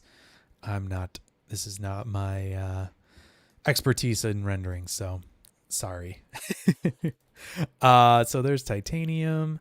Let's also do something like, I think I looked at some of these principled shaders. I'm trying to think of the one I used. I think I used just this like beige leather one because it looked kind of wood-like. Wood-ish. All right, so we've got our materials in our library here. This puts them under this materials primitive. Every single row kind of in this scene graph tree is called a primitive in USD world. So I'm going to say that a lot, so don't get freaked out. I've just been talking about USD a lot, so I'm going to have to refer to them properly and don't want to mislead anyone. So materials, that's just kind of like a placeholder primitive. And then titanium and our wood-ish materials are in here, and they have some primitives underneath them as well, which are shaders. So then we're going to do a link, a material link. This is kind of the pretty UI version of how to connect things in here. I'm going to turn this off filter based on selection because that can cause some weirdness. So I'm just going to select both of these here, drag them over here. So now we have our titanium and our wood rules being created. And I'm just going to take the sticks, drag them here, and the smoke, drag that there. So now we're starting to get something going here. And so we got materials linked. We've got our camera. Let's drop a dome light in, put that in here. And I'm just going to use one of the default textures so that we're not doing anything too crazy here. I don't know. Sure. Skylit Garage. Let's do it. Cool. So we're starting to get something here. We can kind of move this around a little bit if we want to. The only problem is obviously if we move it, we're going to lose our focus point. So let's just go back here a little bit. Shift F. Oh, sorry. I got to be selected on the camera to do that. Shift F. And I'm going to shift click just to make sure we're right. Great. That looks good. Cool. All right. So we've got our dome light in here, and well, let's do this first. Let's just do a karma node.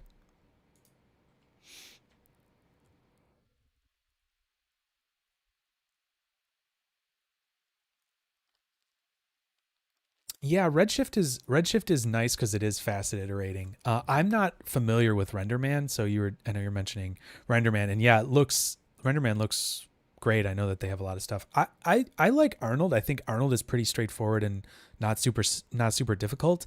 So I mean that's just my 2 cents, but I think now with a lot of this Material X stuff that's starting to happen, hopefully being able to switch render engines is going to get a lot easier, or at least could be easier, especially in Houdini using Solaris, because Material X will be the primary use for Karma. Karma will be able to support Material X completely, and XPU will only use Material X. And I know that Redshift doesn't yet. Arnold does. There's a couple other that use Material X. So the more of them that will support Material X in Solaris, the quicker you'll be able to shift between renderers and stuff. And all the lights in here are agnostic to what renderer you're using. So, you know, I might be a little biased working for side effects, but I do really like Solaris, and it's really nice. And being able to switch renderers quickly is really cool. So I like that a lot. It's a lot easier than, you know, in other programs and things like that. But anyway, so we've got Karma here. What Karma, this node does is it will actually make this little render setting here, and it will put a whole bunch of settings and things like that in there as well. What's going on here? Why do I have a... Yes. So materials aren't agnostic yet, but with Material X, you can get support for multiple different renders. So like, I believe Arnold fully supports Material X in Solaris. And so just for example, like, I guess I could do it. There's not like presets and stuff in there. So I like, it's quicker for me just to make something like this, but I'll show you a Material X thing real quick. So let's just go in here.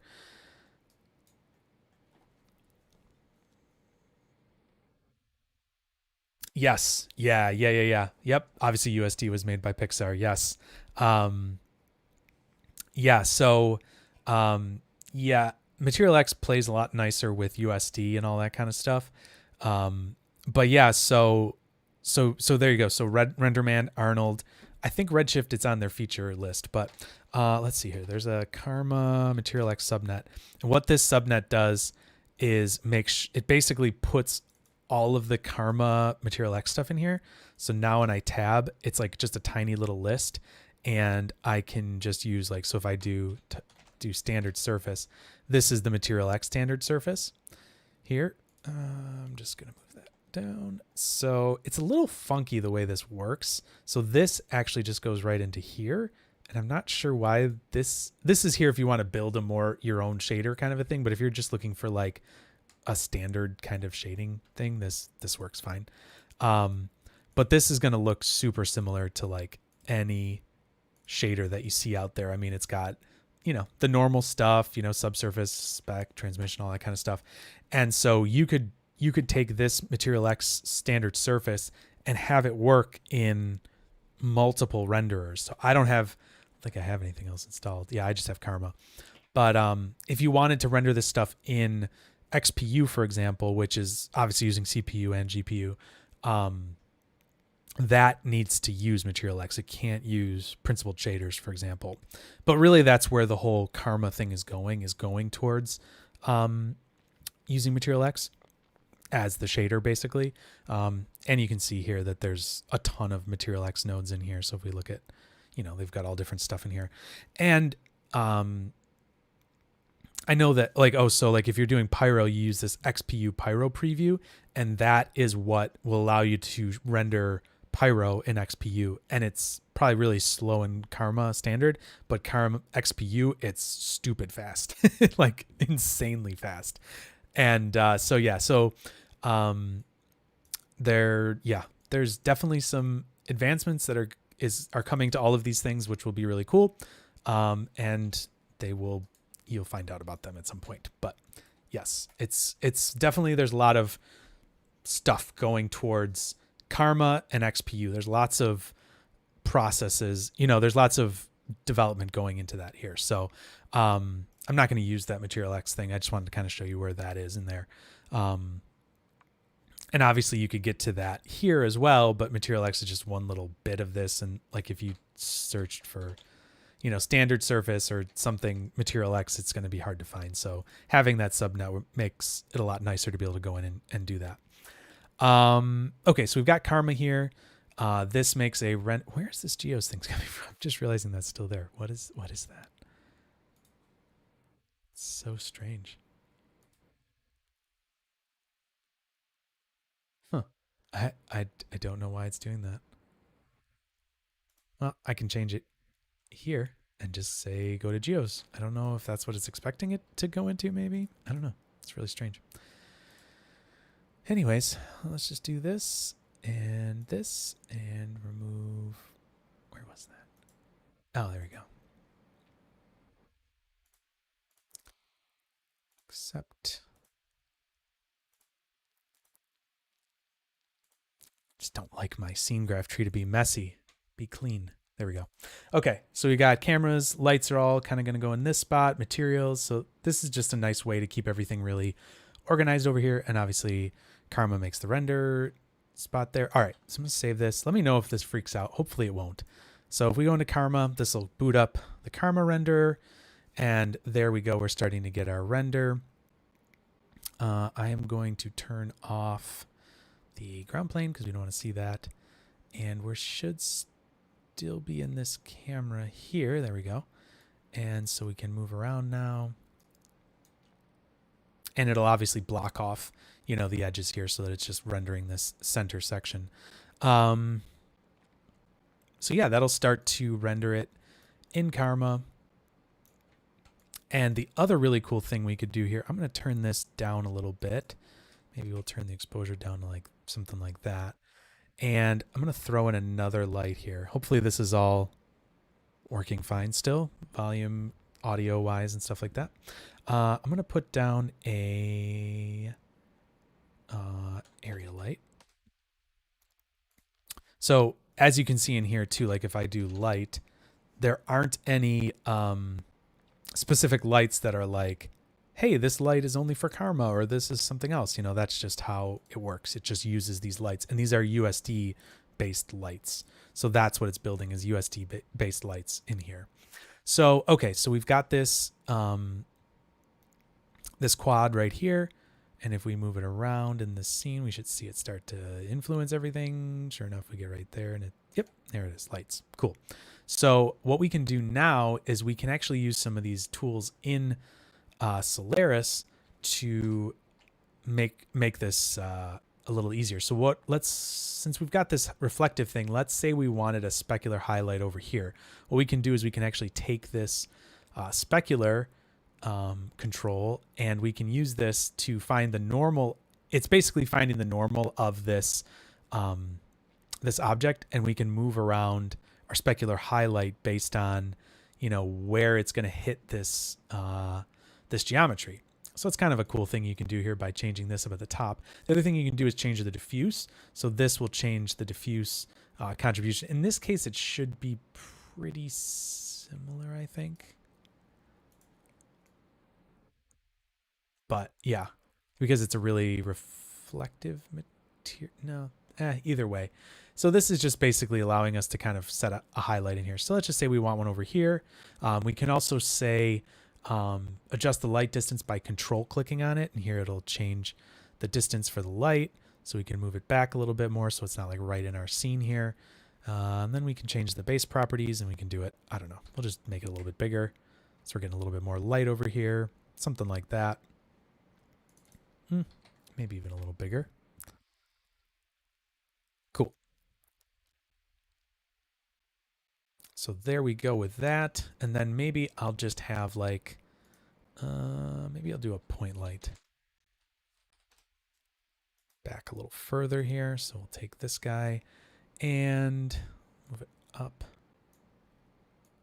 over, back up in here somewhere maybe. And let's do the specular for that to be like a kind of like a back hit here somewhere. And then I'm also going to do a control click, move it away. Great. And I believe it actually adjusted the brightness of it. Yeah, the intensity of it as I moved it away. So that's kind of cool. It'll keep the intensity the same as it was in that initial spot as you move it away so that it'll, you know, make that connection or whatever. So I'm going to just adjust the exposure here to maybe get a little bit. That's too much.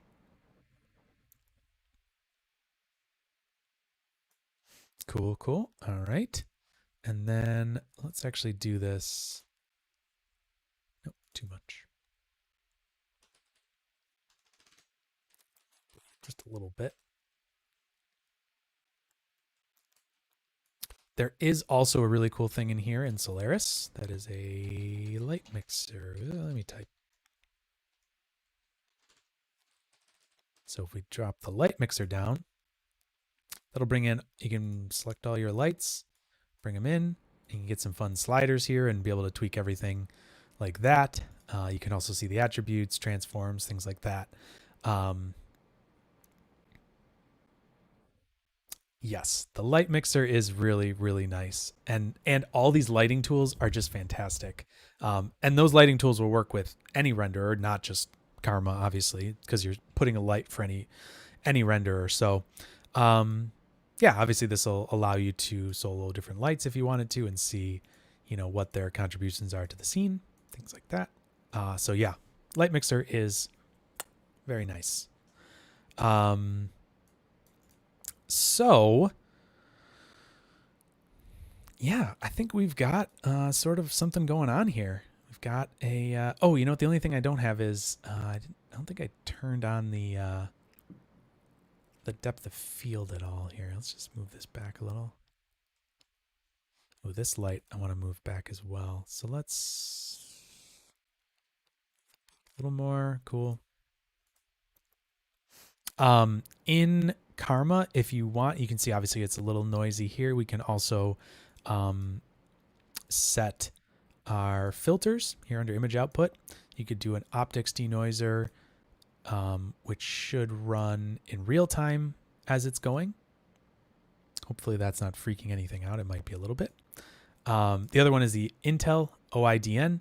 Intel's render is amazing. If you're an Arnold user, you know about it. If you're a Redshift user, I think they just added it in, I think.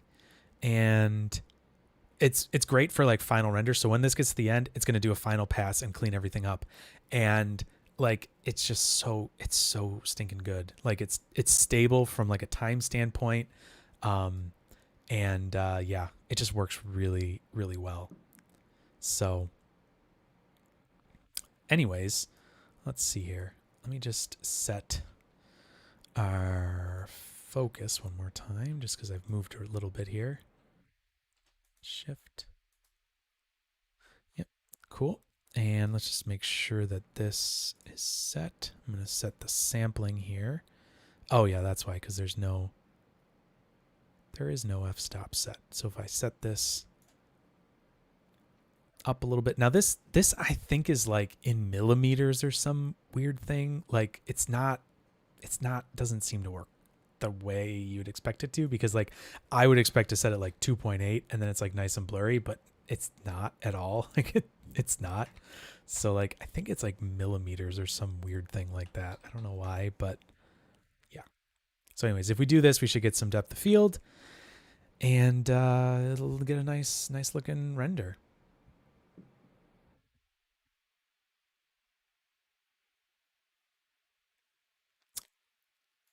If it was a, yes, the frame we're reverse engineering is a surface render. If it was a pyro volume, how about that? Alpha. Yeah, you want let's take a look at what, ooh, just kicked my desk.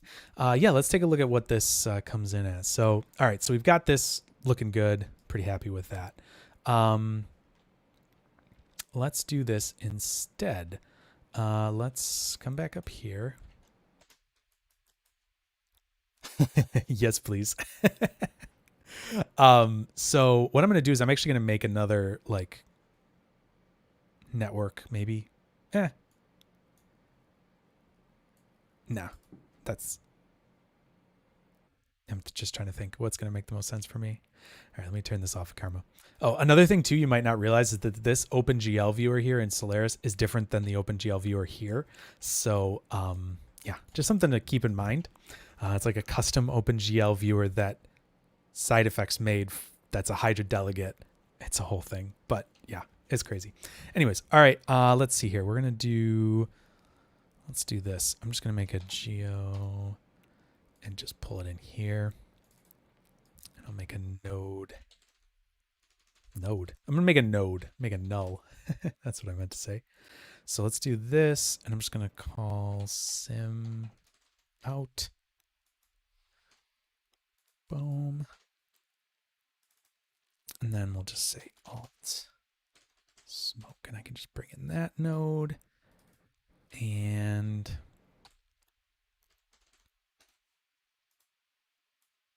oh, you know what? Forget it. I'm going to do something even different here. So let's go over here, and I'm just going to do the SOP import. And I'm just going to point to that SOP path. So let's go up here and look at sim out and accept. And what we should have here is now open VDBs of this volume, which looks right. Let me just double check, make sure I'm pulling from a VDB here. Yes, I am. So you can only bring in VDBs into Solaris. There is no other way to do that. It's only VDBs. So let's go back here a little bit. And yeah, so let's call this call it volume, or let's switch that. Sim volume. And that's good. Let's just put this into our geos. And then we can also just grab this same thing here. And I'm just going to pick one. I'm just going to do the sticks, accept that pattern. There we go. Cool. And then from here, grab this material library. Since it's pretty much what we want, I'm going to take the titanium out, take this out, and I'm going to do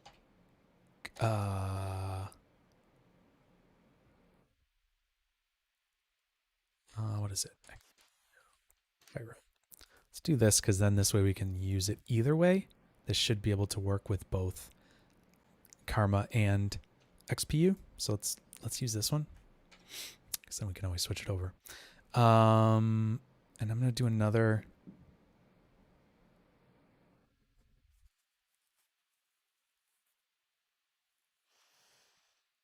No, that's an interesting question. You know, I don't know the answer to that question, Sphere.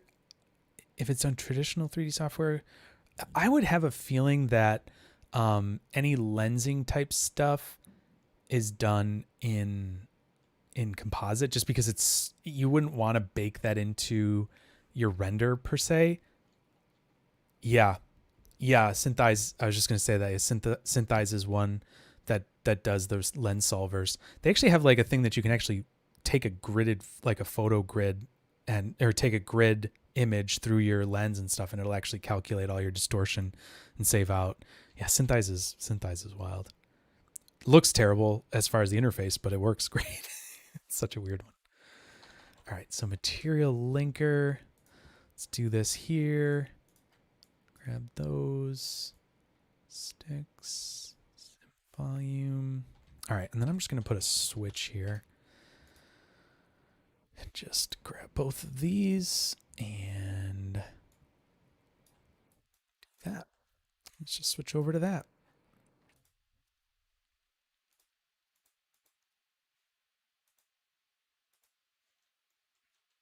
Fun.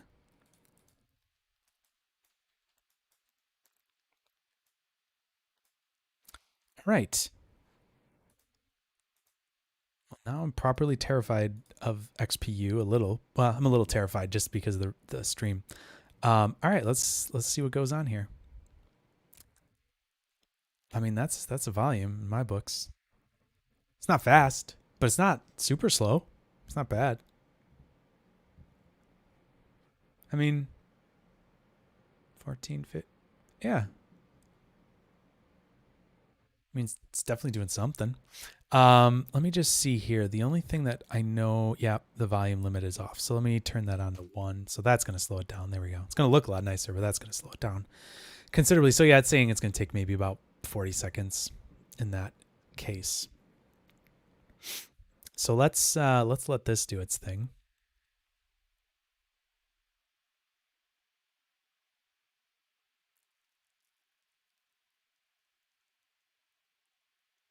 All right, so let's try XPU here. Yeah, it's 36 seconds. It's not. I mean, this is a really low resolution volume. You know, it's nothing crazy. All right, so I'm gonna go up here. Let's turn this to GL. I'm gonna change this to XPU. Let's do this. Hopefully my voice won't be freaking out. All right, so the pixel samples do need to go higher. I want to say it's like, I don't know, maybe like 128 is the equivalent. So this isn't running yet on my, you can see here its optics is not initialized yet. So give it a second. There we go.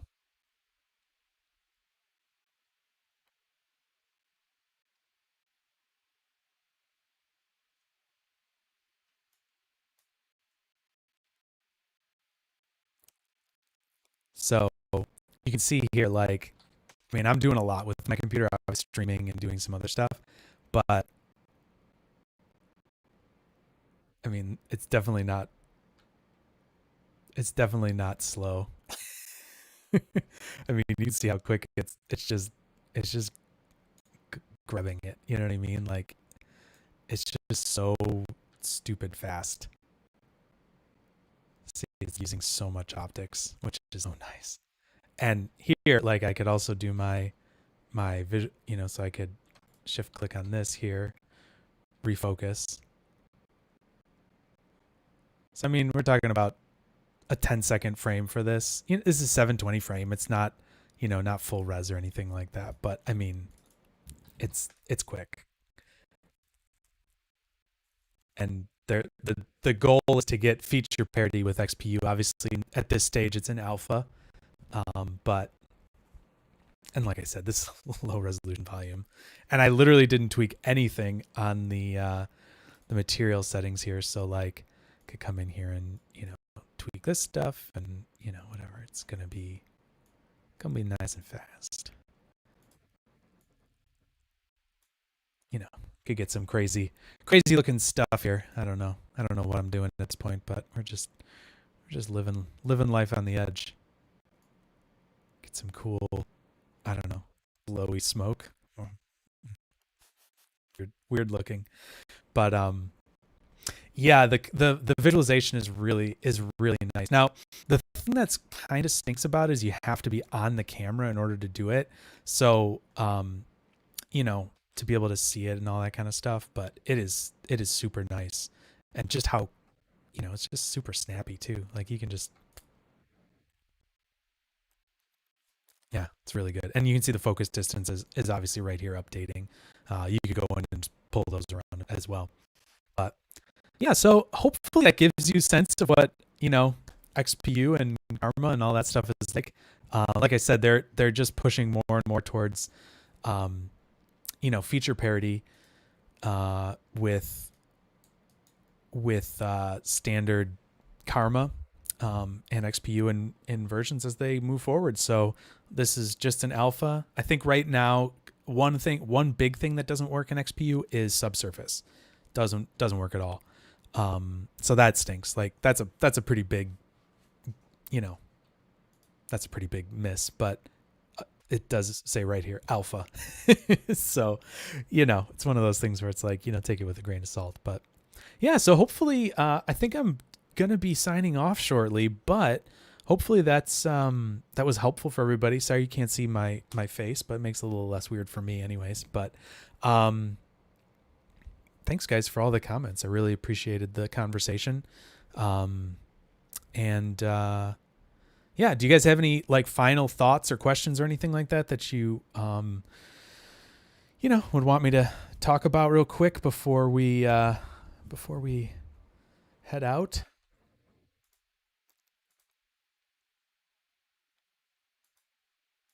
I also love that you guys are having a conversation between Twitch and YouTube, which is just great. It's just really fun. That makes me Restream is a cool little piece of software, so I like that a lot.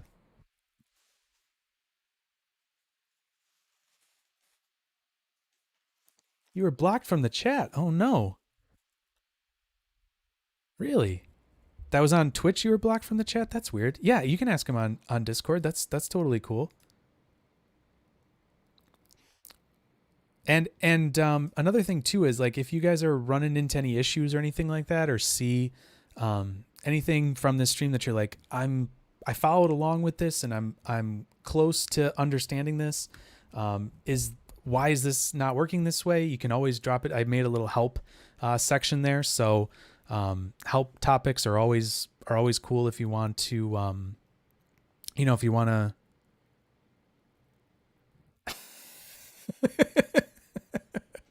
Yeah, Twitch notoriously hates lens distortion images.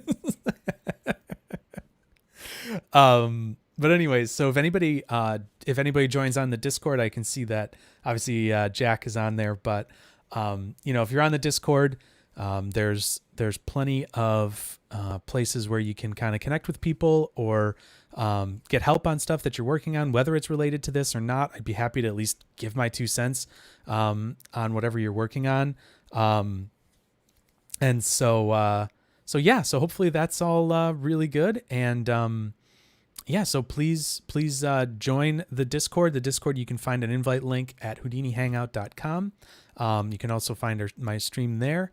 If you're ever forgetting, how to get to it on Twitch or YouTube, it's directly linked there as well. So thanks so much, everybody, for joining tonight. There